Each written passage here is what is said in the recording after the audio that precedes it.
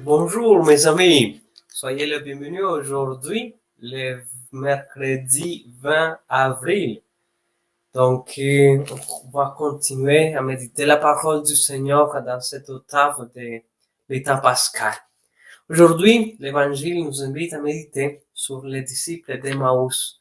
Et on va voir comment Jésus va les accueillir, va marcher avec, et aussi les expliquer les Écritures. Et à la fin, les disciples vont reconnaître que vraiment Jésus est ressuscité. Aujourd'hui, c'est une opportunité aussi de reconnaître que Jésus est ressuscité dans nos vies, dans nos cœurs. Mais il faut aussi ouvrir nos cœurs à sa parole. Le Seigneur soit avec vous et avec votre esprit. Évangile de Jésus-Christ selon Saint Luc. Gloire à toi, Seigneur. Il a vaincu la mort. Il est ressuscité. Jésus, Jésus, Jésus. Il est vraiment ressuscité. Le même jour, c'est-à-dire le premier jour de la semaine, deux disciples faisaient route vers un village appelé Emmaüs, à 2 heures de marche de Jérusalem, et ils parlaient entre eux de tout ce qui s'était passé. Or, tandis qu'ils s'entraînaient et s'interrogeaient, Jésus lui-même s'approcha, et il marchait avec eux. Mais leurs yeux étaient empêchés de le reconnaître. Jésus leur dit, de quoi discutez-vous en marchant? Alors ils arrêtèrent tout tristes. L'un des deux, nommé Cléophas, lui répondit, tu es bien le seul étranger résidant à Jérusalem qui ignore les événements de ce jour-ci. Il leur dit, quels événements? Ils lui répondirent, ce qui est arrivé à Jésus de Nazareth, cet homme qui était un prophète puissant par ses actes et ses paroles devant Dieu et devant tout le peuple. Comme les grands prêtres et nos chefs l'ont livré, ils l'ont fait condamner à mort et ils l'ont crucifié. Nous espérions que c'était lui qui allait délivrer Israël. Mais avec tout cela, voici déjà le troisième jour qui passe depuis ce qui est arrivé.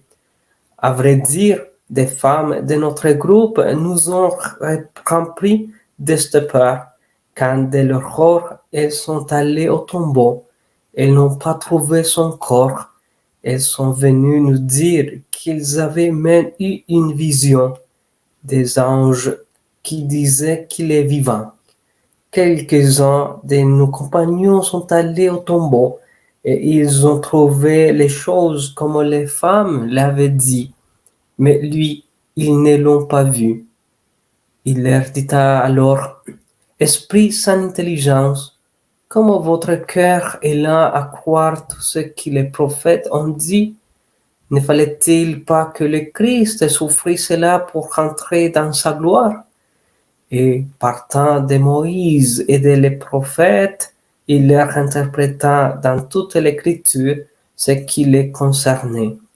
Quand ils approchèrent du village où ils se rendaient, Jésus fit semblant d'aller plus loin, mais ils s'efforcèrent de le retenir. Reste avec nous, car le soir approche et déjà le jour baisse. Il entra donc pour rester avec eux. Quand il fut à table avec eux, ayant pris le pain, il prononça la bénédiction, et l'ayant rompu, il leur donna. Alors les yeux s'ouvrirent, et ils le reconnurent, mais il disparut à leur regard. Ils se dirent l'un à l'autre, notre cœur n'était pas-il pas brûlant à nous, tandis qu'il nous parlait sur la route et nous ouvrait les Écritures? À l'instant même, ils se levèrent et retournèrent à Jérusalem, ils se trouvèrent réunis les 11 apôtres et leurs compagnons, qui leur dirent, le Seigneur est réellement ressuscité. Il est apparu à Simon-Pierre. À leur tour, ils racontaient ce qui s'était passé sur la route et comment le Seigneur s'était fait reconnaître par eux à la fraction du pain. Acclamons la parole du Seigneur. Louange à toi, Seigneur Jésus. Alléluia, il est vraiment ressuscité. Alléluia, Alléluia, crions de joie. Jésus, il est vraiment ressuscité.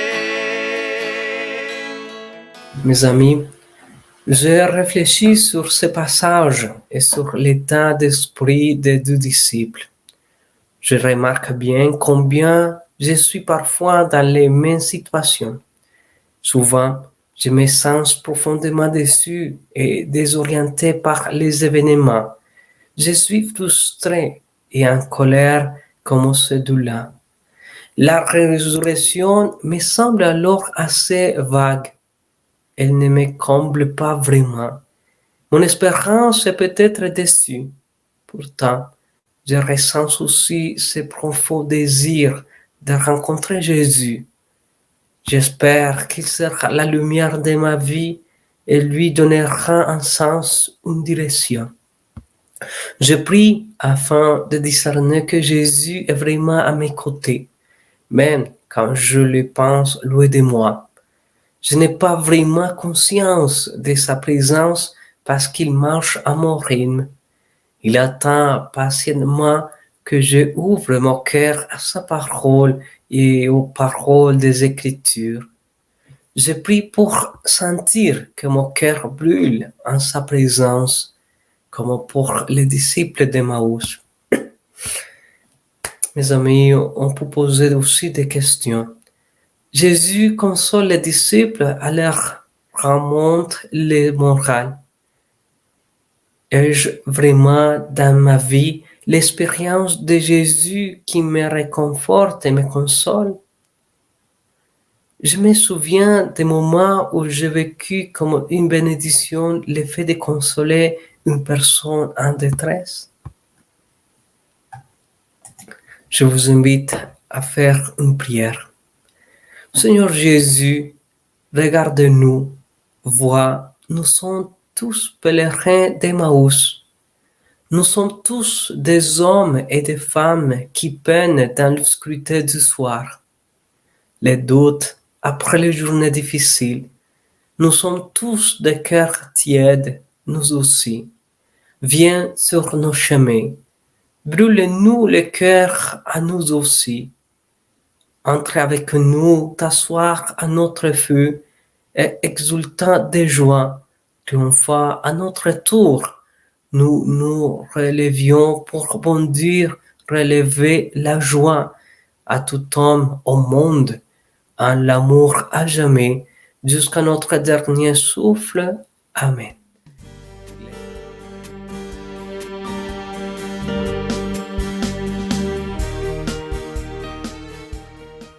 Le Seigneur soit avec vous et avec votre esprit. Que Dieu Tout-Puissant vous bénisse, le Père, le Fils et le Saint-Esprit. Amen. Merci beaucoup et je vous souhaite vraiment un bon mercredi et une belle semaine. À la prochaine.